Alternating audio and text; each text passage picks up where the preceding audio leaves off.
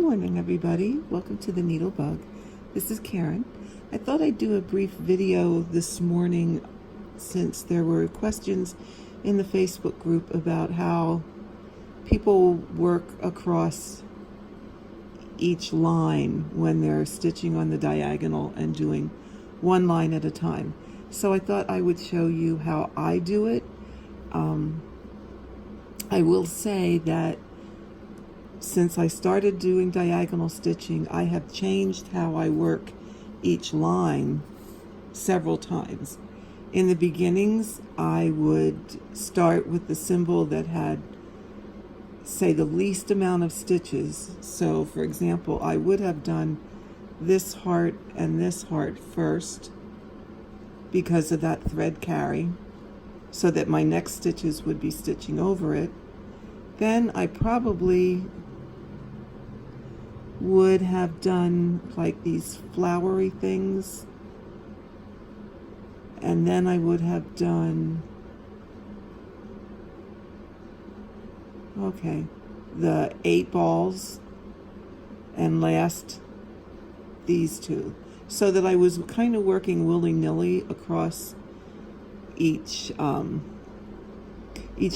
in the chart, always looking which has the least amount of stitches that's going to make the longest thread carry, and then which has the most so that it would cover those thread carries. Then there was a time where I would actually always start here on the left, do basically the same thing, work to the right. Well, no, I would start here on the left, I would do these 8s, and I would just do the first half of the stitch and then come back and cross it and then park down here in this next 8. Then I would do this symbol, would do those 2 stitches, come back, park it here where the next one is. Then I would do the hearts, park it. So I was always parking to the first stitch, the next line towards the left. Well, I didn't really like that either. Then I watched a video by I think her name was Brenda, Handwork Maniac, and she had her daughter on. I think they call her Boss Daughter, and I watched her video of how she stitches. Now, she does do straight columns. She does not stitch on the diagonal, she does straight columns. However, her principle of working through the chart can be adapted to however you stitch, or however you're going to work, whether it's diagonal or columns. So I thought, I'm going to try that. And I'll tell you what, folks, I have found that to be, for me, the easiest and the most sensible way to work through each diagonal. So I'm going to demonstrate a little bit of that. I put the chart here so that you can see what I'm doing, and I can show you where I'm going to park it and explain, if it's needed, why I'm going to park it there. Okay, so this row that I'm working on now, I'm working right to left. Okay, so I'm going this direction. So my next stitch is these flowers, and I hope, pardon the shaking, I have it on my Lowry stand today, and that's a little bit wobbly. So I'm going to do these 2 flowers.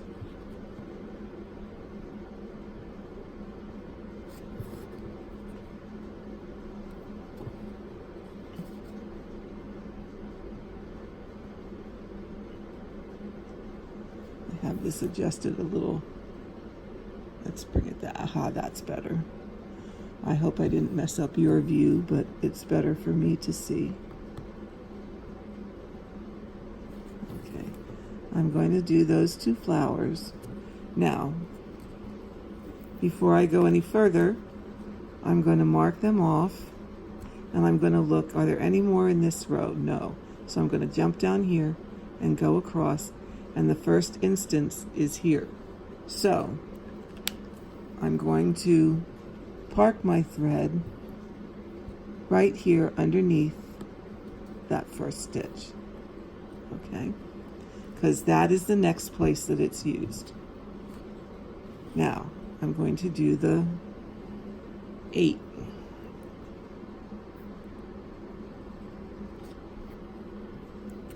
Oh, I'm sorry if I keep bumping you. It's a little fiddly here. I'm going to do this 8. Now normally, folks, I work off my iPad and I mark this on a PDF, so it's just a matter of tapping the stitch. I didn't think you'd be able to see that, so I printed off where I'm at, and we're going to mark it this way. So I did the 8, and now it's used here. So I'm going to count 1, 2, and 3, and come up here and park it.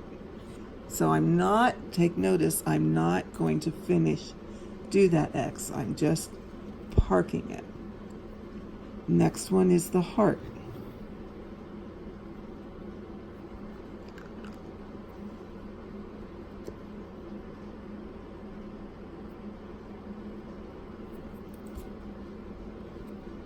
And we're going to do that stitch. And yes, it is a lot of threading and unthreading. However, you're working it one stitch at a time. I always know where I'm at. It makes more sense to me. So we mark that heart, and the next heart is over here. So is over here. So we're going to park it here. Okay. Next is I don't know what to call that symbol, but we'll just say the line with a dot on one end. Got to make up funny names. How many of you name your symbols? Okay, so we're going to do that stitch. Okay. Now, that's used again here. So we're going to park it there. We're going to, oh my goodness, this is hard to keep from wobbling. We're going to mark that stitch. So I just work across the row, one stitch at a time, one by one. And now I have a kitty on my lap who wants to play with my thread. Remykins? No. Let's come back here. He loves thread. Okay, so now we're going to do this 8 ball. Remy, mind. No, you can't have that either. Oh, he's a hoot and a holler. Now he's gone. Okay. Now we're doing the 8, okay? And it's used the last stitch, so we're going to park it here. And we're going to mark it off.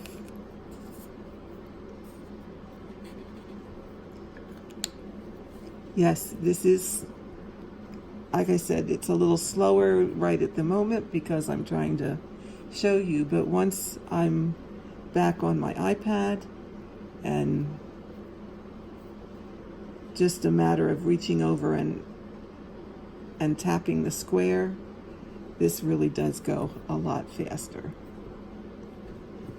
So we're going to stitch that. That's this stitch. And it's not used again.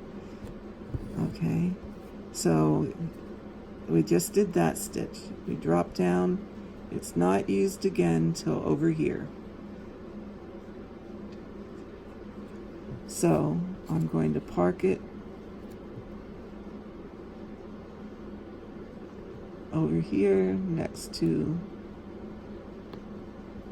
I know that thread is parked, so I'm going to park it right next to there. Okay. And last but not least in this row is another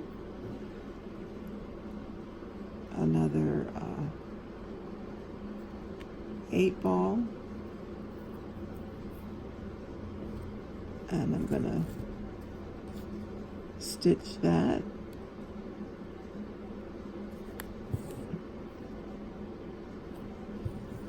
And that's used again right here. So right next to this on my gray line. My gray line is stitch number 1. Okay, so I'm gonna move this out of the way a second. We're gonna mark these 2 off because we stitched those. And then we're going to start the next row, which we're going to start on the right hand side and work to the left. Okay, so we're going to stitch the heart.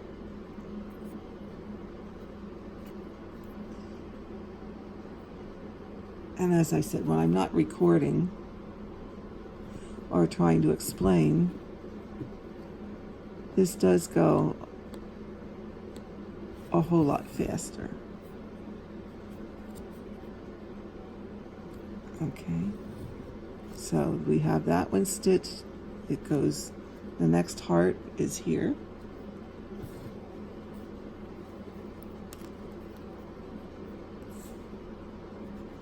I'm going to mark that off.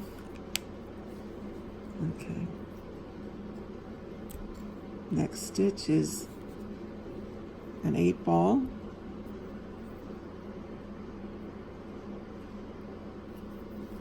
So we're going to stitch that one. And I like this because really I'm just concentrating on one particular stitch and bumping the camera at a time. Okay, and where the next occurrence is. So the next occurrence is here, where we're going to have a whopping 3 in a row. Woohoo! So now I'm going to do the heart.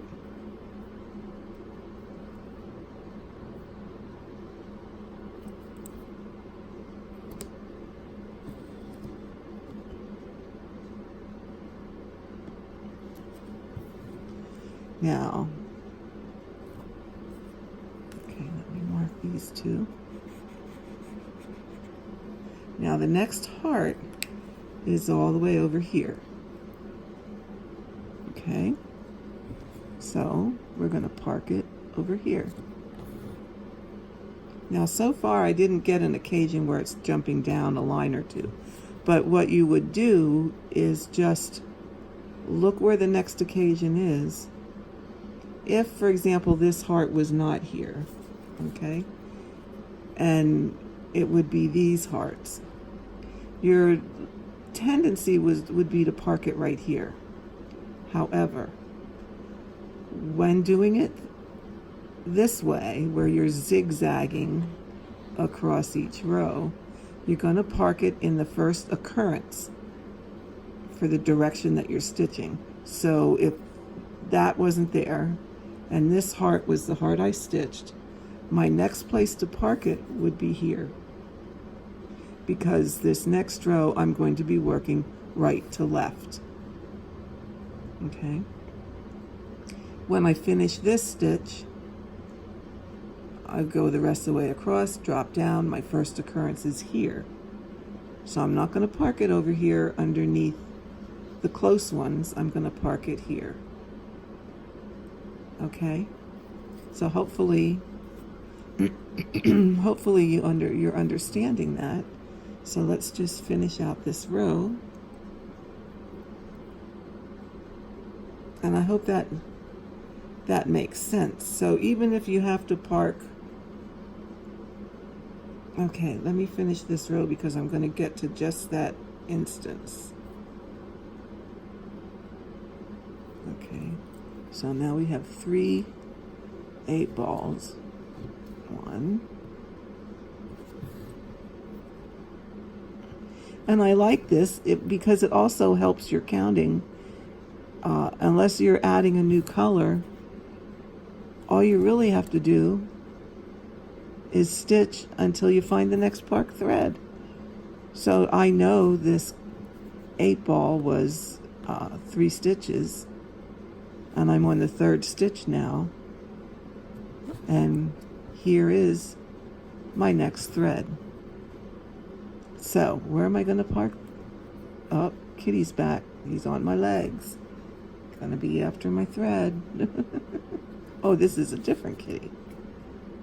He's a naughty boy. Okay, so we finished that. The next occurrence is going to be not over here, because now we're going to go right to left. So my next occurrence is right here. Okay. Mark those off.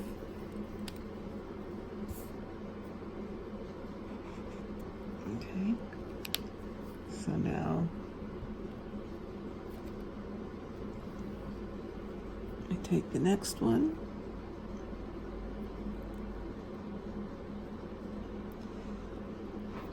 And we're going to stitch that. Kind of got my thread in the way here to keep them away from the cats. Okay. Now, the next occurrence of this symbol is over here. Okay, not here. I'm not going to park it there. I'm going to park it here, which is one off of my grid line. Now, I'm going to do the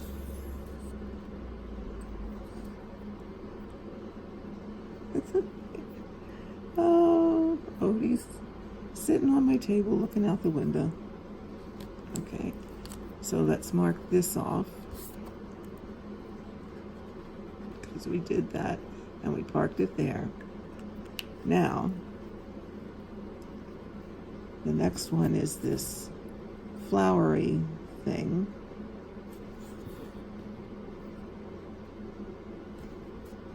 Okay, now we need to find the next occurrence. So this is the one we just stitched. So the next row we're going to be working to the left. It's not there. The next row we're going to be working to the right. There it is. So we're going to park it there. Now, well, I dropped something else on the floor. Okay, now say that wasn't there. We need to keep looking. That way. Nope. Nope. Here's one, and here's, oops, let me move this up a little bit for you. Okay. So we're going this way, then this way, then this way, this way, then this way.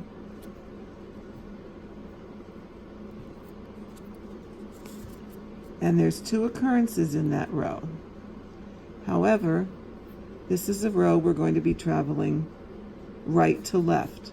So we would park it on that grid line. So we would go down 1, 2, 3, 4, 5 rows and park it on the gray line. Okay, so we would go down 1, 2, 3, 4, 5 rows and park it right here. All right, so you're looking at which direction. If we were going left to right on this row, then we would park it over here. But this is a right to left. So I find it easier if your first row is left to right. That will make all your odd number rows left to right, all your even number rows right to left. Okay, so that kind of, again, helps in finding the placement. But this one's going to be easy because we stitched that one. And we're going to go down 2 and over 1 and park it there underneath the 8. Okay, so I hope this is making sense to all of you. So now I'm going to mark that flower off, because I did that. And I'm going to stitch the last stitch, which is a heart.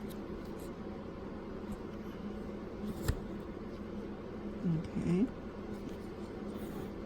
So I stitched the heart, and now I'm going to be working right to left. So my next occurrence is right here. And while I have my needle threaded, I can stitch that. So we'll put that in.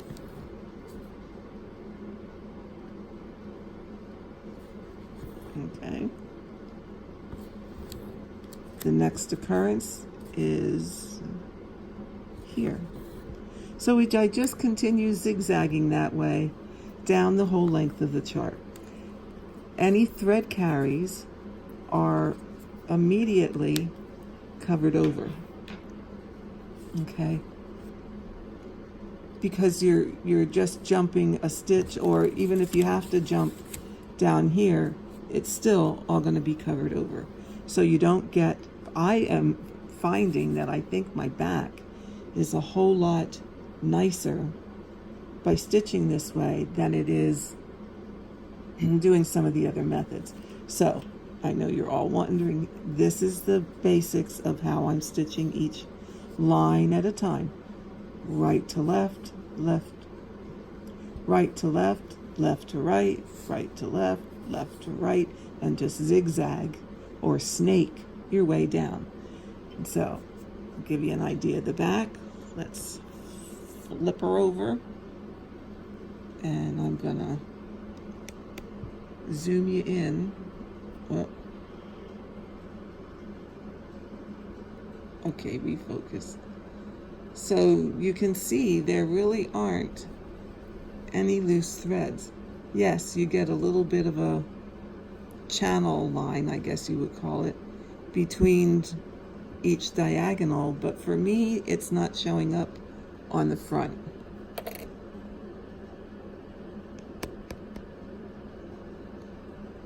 But you can see it's really not what I would call a messy back. Okay, you know, here's where I stood. I think these diagonals over here, I wasn't doing it this way. This in here is like from maybe here is about where I started working one stitch at a time across the row. But you can see it really is not a messy back. The only places it gets a little bit messy is areas where you have a bazillion color changes, but there's no, okay, these threads are here, are where I laid them so that I can stitch over them, where I ended them because I was running out of places to end things. So these are when I was doing extreme cross country, which I found I severely disliked. And that's okay. Everybody likes something different. And everybody will hopefully, oh, that's a park thread. Everybody will hopefully find their way and find the method that works for them. I found that if I go back and try and do cross country, oh my, even though it might be faster in the sense that you're not doing all the thread changes, too confusing for me anymore, too many ninja stitches anymore. I just can't do it. I have found I really like this method, and you know what? I'm over a third done with this project. And if it takes me another 5 years to finish it, you know what? So what? Doesn't matter. What matters is I've enjoyed every minute of stitching this. So that's the back. We'll flip you back around here to the front, and hopefully you got the gist of what I was trying to do.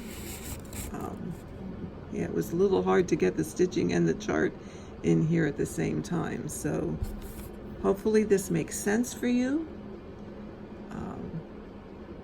Again, you have to experiment and find your way to what works the best.